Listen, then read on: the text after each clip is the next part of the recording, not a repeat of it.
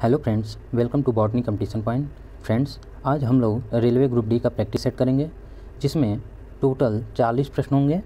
तो चलिए शुरू करते हैं। क्वेश्चन नंबर 1, निम्नलिखित में से विश्व का सबसे ऊंचा पठार कौन सा है? ए दक्कन का पठार, बी केन्या का पठार, सी युगांडा का पूर्वी पठार, डी तिब्बत का पठार। तो इसका सही आंसर हो जाएगा ऑप्शन नंबर डी, तिब्बत का पठार। विश्व का सबसे ऊंचा पठार कौन सा है? तिब्बत का पठार।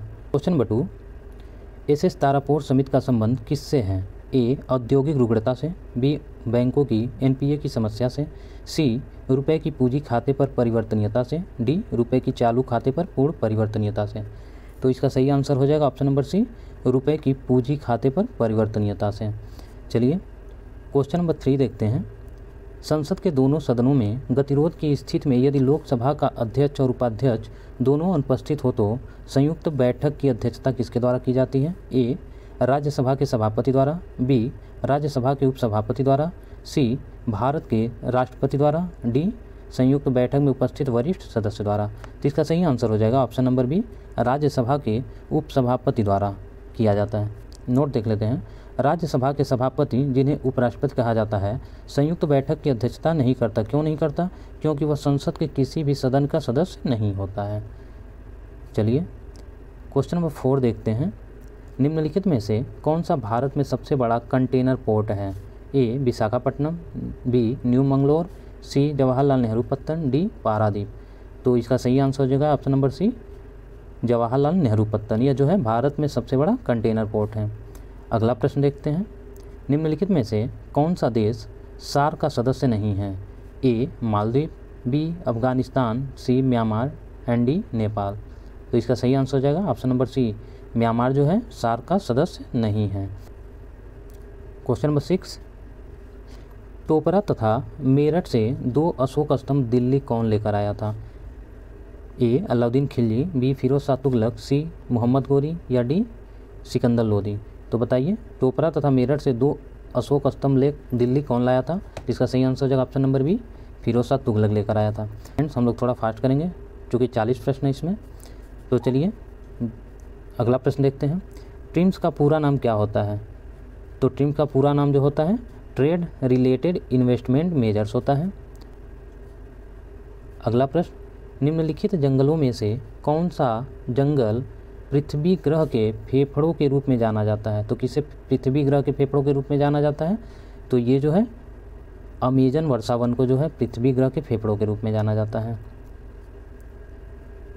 अगला प्रश्न, बंगाल विभाजन के संदर्भ में निम्नलिखित कथनों में से कौन सा एक सही नहीं है? तो कौन सा एक सही नहीं है? चलिए देख लेते हैं। 16 अक्टूबर 1905 को तत्कालीन वायसराय लॉर्ड कर्जन द्वारा बंगाल विभाजन लागू किया गया था। ये सही है। बी बंगाल विभाजन के समय बंगाल का lieutenant governor sir Andrews Fraser था। ये भी सही है। सी बंगाल विभाजन के फलस्वरूप स्वदेशी आंदोलन प्रारंभ हुआ। ये भी सही है। डी जो है 1912 में बंगाल विभाजन को रद्द कर दिया गया। नहीं, गलत है, 1911 में बंगाल विभाजन रद्द किया गया था। अगला प्रश्न देखते हैं। विचित्र नाटक किस सिख गुरु की आत्मकथा है? तो विचित्र नाटक जो है गुरु गोविंद सिंह की आत्मकथा है। अगला प्रश्न देखते हैं। मुंबई के नेशनल स्टॉक एक्सचेंज में बांड दर्ज कराने वाला प्रदेश का पहला नगर कौन सा है? तो ये जो है इंदौर नगर निगम है। अगला प्रश्न, निम्नलिखित अभयारण्यों में से कौन उल्लेखित संरक्षण प्रजातियों में से सुमेलित नहीं है? ए जिम कॉर्बेट बाघ, जिम कॉर्बेट नेशनल पार्क जो है ये बाघ के लिए प्रसिद्ध है। सही है। बी केवला देव घाना पक्षी अभयारण्य, जो ये शेर के लिए नहीं, ये पक्षी के लिए फेमस है। सी काजीरंगा गैंडा के लिए भी सही है। डी पेरियार हाथी के लिए भी सही है। चलिए देख लेते कहाँ पे है। जिम कॉर्बेट जो है उत्तराखंड में स्थित है, केवलादेव राजस्थान के भरतपुर में स्थित है, काजीरंगा गैंडा के लिए फेमस ये जो है असम में स्थित है, और पेरियार जो है ये केरल में है। अगला प्रश्न देखते हैं। भारत सरकार द्वारा निम्नलिखित में से किस बैंक की स्थापना संपूर्ण ग्रामीण वित्त विकास के समन्वय के लिए एक शीर्ष संस्था के रूप में की गई है? इसका सही आंसर हो जाएगा ऑप्शन नंबर ए, नाबार्ड। अगला प्रश्न देखते हैं। मत्स्य उत्पादन के प्रसिद्ध क्षेत्र डागर बैंक तथा ग्रेट फिशर निम्नलिखित में से कहाँ स्थित है? तो डागर बैंक और ग्रेट फिशर जो है उत्तरी सागर में स्थित है। इम्पॉर्टेंट प्रश्न है। अगला प्रश्न देखते हैं। स्वराज पार्टी के संदर्भ में निम्नलिखित में से कौन सा कथन असत्य है? चलिए देख लेते हैं। ए, इस पार्टी की स्थापना मार्च 1923 में हुई थी। सही है, स्वराज पार्टी की स्थापना 1923 में हुई थी। स्वराज पार्टी के संस्थापक CR दास व मोतीलाल नेहरू थे। भी सही है। सी, केंद्रीय विधान परिषद में इस पार्टी के वल्लभ भाई पटेल अध्यक्ष पद पर हैं। नहीं, ये नहीं सही है। डी, 1923 ईस्वी में केंद्रीय विधान परिषद चुनाव में पार्टी को 101 निर्वाचित सीटों में से 42 सीटें प्राप्त हुई थी। ये भी सही है। अगला प्रश्न देखते हैं। आल्हा उदल कहाँ से संबंधित हैं? तो आल्हा उदल जो है महोबा से संबंधित है। ऑप्शन नंबर सी सही है। अगला प्रश्न देखते हैं। कोरल रीफ को महासागर का उष्णकटिबंधीय वर्षावन क्यों कहा जाता है? तो ये जो है कोरल रीफ प्राणियों और प्रजातियों का समर्थन करता है और उस अर्थ में बहुत संबद्ध है, इसीलिए इसे जो है महासागर का उष्णकटिबंधीय वर्षावन कहा जाता है। चलिए अगला प्रश्न देख लेते हैं। भारतीय संविधान के अंतर्गत निम्नलिखित में से किस अनुच्छेद के तहत संसद को राज्य सूची के विषय के संदर्भ में विधि बनाने की शक्ति मिलती है? तो राज्य सूची के विषय के संदर्भ में विधि बनाने की शक्ति जो है अनुच्छेद 249 के तहत मिलती है। ऑप्शन नंबर डी सही हो जाएगा। अगला प्रश्न, निम्नलिखित में से कौन सा हार्मोन अग्नाशय से स्रावित नहीं होता? Insulin, somatostatin, glucagon and vasopressin. Vasopressin जो है वो अग्नाशय से नहीं स्रावित होता, बाकी इंसुलिन, सोमैटोस्टेरोन, ग्लूकागॉन ये तीनों जो है अग्नाशय से स्रावित होता है।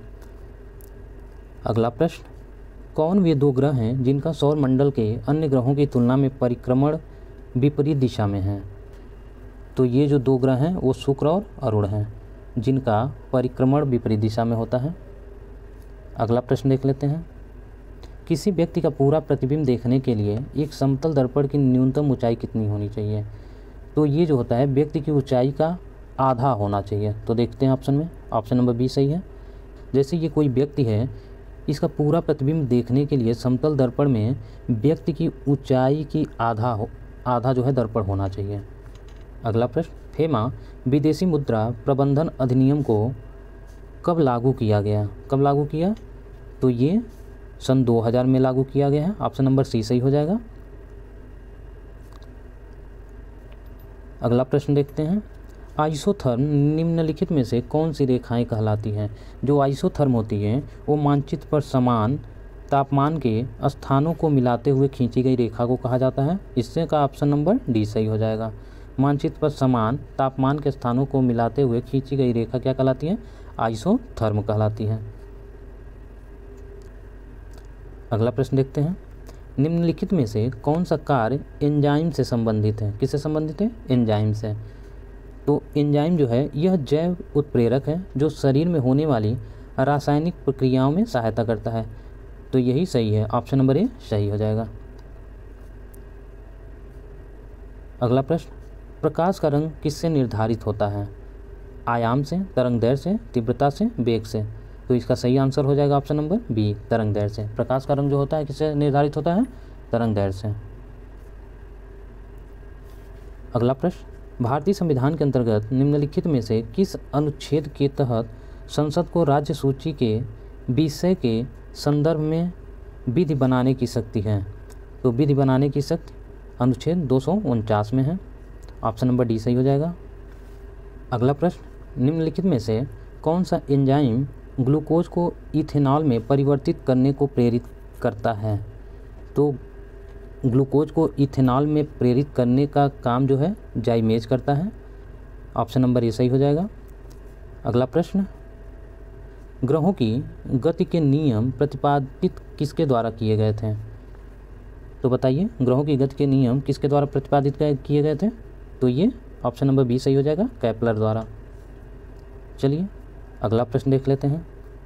मनुष्य की आंखें किसी वस्तु का प्रतिबिंब बनाती हैं। तो बताइए, मनुष्य की आंखें किसी वस्तु का प्रतिबिंब कहाँ पे बनाती हैं? कार्निया पे, आइरिस पे, पुतली पे, रेटिना पे। तो इसका सही आंसर हो जाएगा ऑप्शन नंबर डी, रेटिना पे। अगला प्रश्न, कंप्यूटर सुरक्षा में के संदर्भ में क्रैकर्स किस नियम से जाने जाते हैं? तो कंप्यूटर सुरक्षा के संदर्भ में क्रैकर्स जो है वो ब्लैक हैट हैकर्स के रूप में जाने जाते हैं। ऑप्शन नंबर बी सही हो जाएगा। अगला, समुद्री जल को शुद्ध जल में किस प्रक्रिया द्वारा बदला जा सकता है?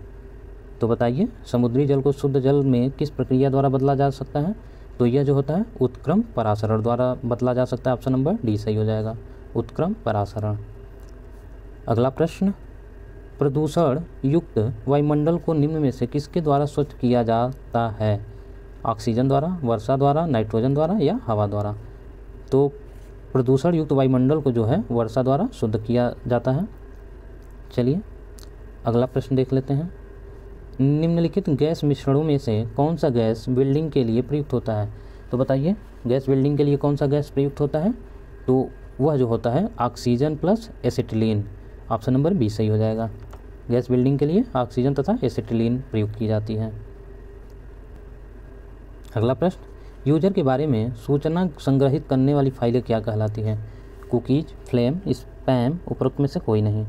तो जो सूचना संग्रहित करने वाली फाइलें जो होती हैं कुकीज कहलाती हैं। ऑप्शन नंबर ए सही हो जाएगा।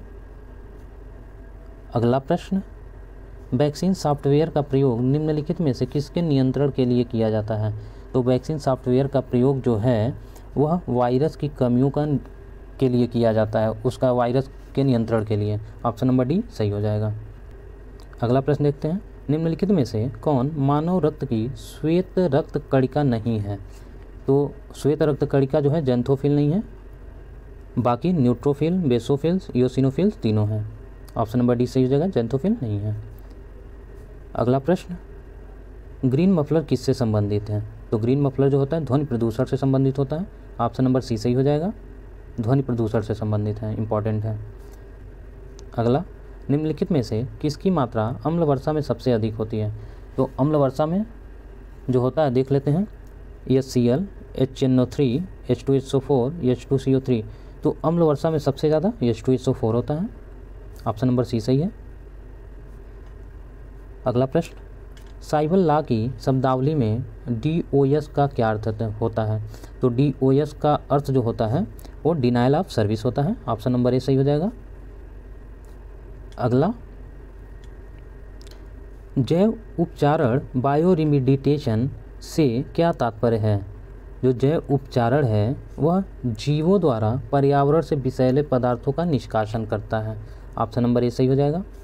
अगला प्रश्न, DNA में उपलब्ध कौन सा यौगिक अमीनो अम्ल से नहीं बनता है? Adenine, guanine, cytosine, tyrosine. तो टाइरोसिन जो होता है अमीनो अम्ल से नहीं बनता है, बाकी एडेनिन, गुआनिन, साइटोसिन बनता है।